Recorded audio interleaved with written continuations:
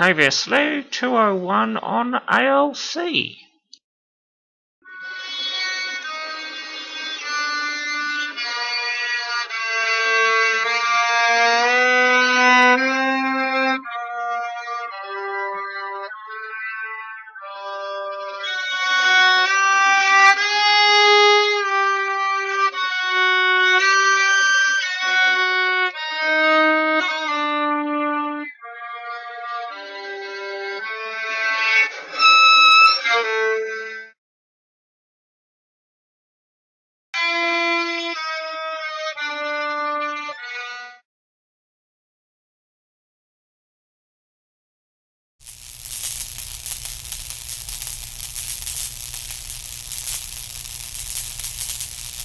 Hi everyone.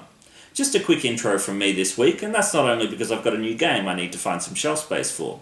In fact, for those who are interested, this was ranked the most highly anticipated board game of 2015. Now, aren't you glad you knew that?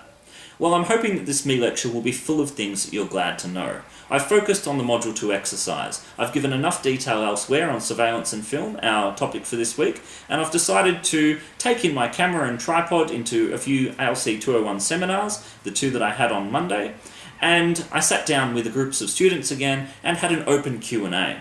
Now, I hoped that I'd be able to keep this meLecture to one part so that I could allow you to allocate as much time as possible to putting into practice this textual analysis stuff. What actually happened is that I got 50 minutes of footage that I've cut down to two parts. I've edited it down as much as I could, but I didn't want to really miss out on any important points. The other thing I've done is make available the iLecture recording from the lecture I gave in 2013 on The Condemned, the case study I used for the Module 2 exercise. So you've got that available on Cloud Deakin as well. You can go to that and listen to a full lecture. Basically, that's where I started the analysis and I tease out the various elements of that. Please note, if you do visit that iLecture, it's obviously not compulsory, it's an addition to this meLecture. If you do visit the iLecture, please keep in mind that it was for 2013 and slight changes have been made to the assessment. So make sure that you ignore parts that are not consistent necessarily with some of the instructions perhaps here. They're fairly similar and the example is the same, so it might provide some more enlightenment into my example and my analysis. But really, if you're not going to do the whole thing, that's fine. Please do make sure you watch this meLecture in full. It's not the most entertaining thing to watch. It's me sitting there in front of students talking. I've edited it as much as I could to provide some structure and hopefully some change, at least in my seating position. But I hope you do get a lot out of this. And of course, as always, let Grady or myself know if you do have further questions. That said, let's go to the Q&A. Hi everyone, I'm sitting in my 1 PM Monday seminar. Thank you very much to the students who are sitting around me, hidden from view, for participating. This is just another open Q&A about the Module 3 exercise. I had a bit of a good positive response to the last one, so I thought I would do it again. Probably be short and sweet, but we'll see what we come up with. The first couple of things that I would say is that you absolutely must have a representation of digital media. A key part of this assignment is to decide what text you are going to do. It must be one that represents digital media culture defined broadly, things we've been looking at in this unit, maybe other things as well, but you know what digital media is in the context of this unit. What I've actually noticed by a series of questions of people coming around or asking me in person or emailing me is people saying, is this okay? Is this text okay? I might not have seen it. And the best way in which to check whether your text is okay, and you can do this to a teacher, you can do it to Grady or myself, is to explain why you think you want to use this. And if you can do that, and you're saying, this is because this text represents digital media culture or some specific aspect of it, probably more specific than that, in this way, bingo. That's kind of where you're at, that's what you want. If you are asking about something you haven't seen in some years, and I'm getting the sense from a few questions that have been emailed to me, that, can I do this or this or this, you probably want to watch it before you really decide on it. I might not have seen it, I might not have read it, I might not have played it if it's a game.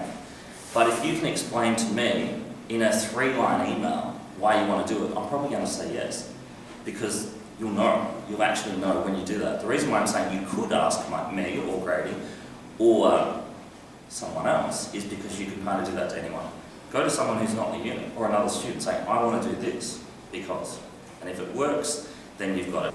If you start on the wrong foot, you'll actually kind of go off track very, very quickly and be very hard to get back on track, if not impossible. So make sure you choose a good example that you can analyse for 1,200 words, and it doesn't have to be a film that focuses on Facebook literally. It doesn't have to be a TV show that's got an episode that has everything to do with it is about digital media and the internet. A lot of students tripped over last year because they did not have a representation of digital media culture.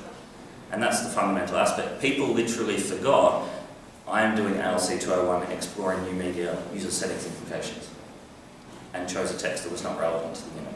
Now that might seem a strange mistake, but it's actually quite easy to do, because you've done textual analysis before, and that's my second point. You must analyse.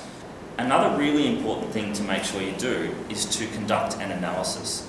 It's something that goes beyond description and summary. I don't want a synopsis of a film. I don't want to know just what happens. To get from description to analysis is quite a big hurdle for people. But a really good way of getting from description to analysis is to use concepts. Use ideology, use representation, or its synonyms, depicts, portrays. This film represents this in this way. The thing that close textual analysis does is finds the intersection between what a text says and how a text says it.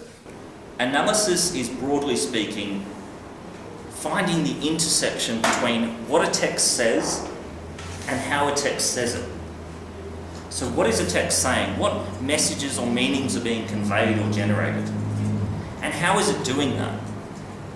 Now the reason why we're looking at the intersection there, and why it's really important to think of both elements, is that the best way in which to conduct an analysis is to highlight explicitly, to critique, deconstruct, think about the how, the techniques and conventions of a game, of a novel, of a film, the narrative techniques, the structure, all that kind of stuff. If you're using techniques explicitly in your discussion, you're actually probably analysing before you know it. It's kind of a fail-safe way, and I talk in detail in the book about how to make sure you're conducting a textual analysis. Because that's the key. You need to analyse a text. And if you are talking about how a text says it, whether you're talking about film techniques or conventions, or the mechanics of gameplay, or literary narrative devices, if you're explicitly mentioning techniques, conventions, then you're actually analysing. That's why I say explicitly use them, because you are actually analysing. You cannot describe something when you start to critique, break down, deconstruct with techniques. And that's where the big hurdle, the big kind of move from description to analysis comes. When you start to interrogate that intersection between what a text is saying. You can't just talk about anything the text is saying. In this context, we're looking at the depiction, portrayal, representation of digital media and the ideological discourses around that. The recommended reading, Ideology and Meaning in Film, that I put up for last week is very useful, not only for film, but for TV shows, for games, which are becoming more film-like in some of their narratives, particularly with cutscenes and the introductory credits kind of opening. But the good thing about that reading is I actually provide a list of filming conventions within that reading. It actually explains what a close textual analysis is.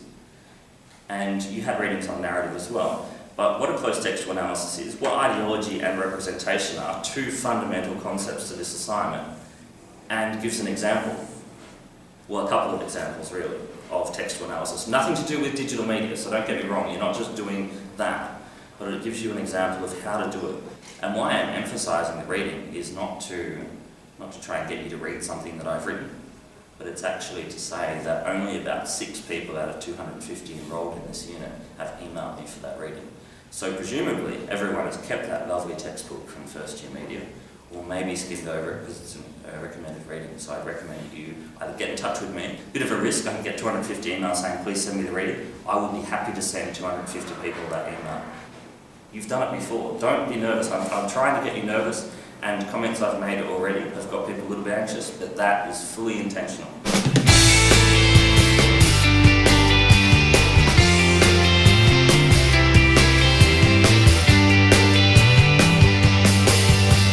This week's movie of the week is not really a movie at all, but I want to take this one last chance to emphasise the importance of watching Charlie Brooker's Black Mirror. We're going to watch a bit in class, episode 2, 15 Million Merits, but once you watch a little bit, I think you'll want to watch the rest. It's an amazing series. It's a perfect way to end this unit. Highly recommended.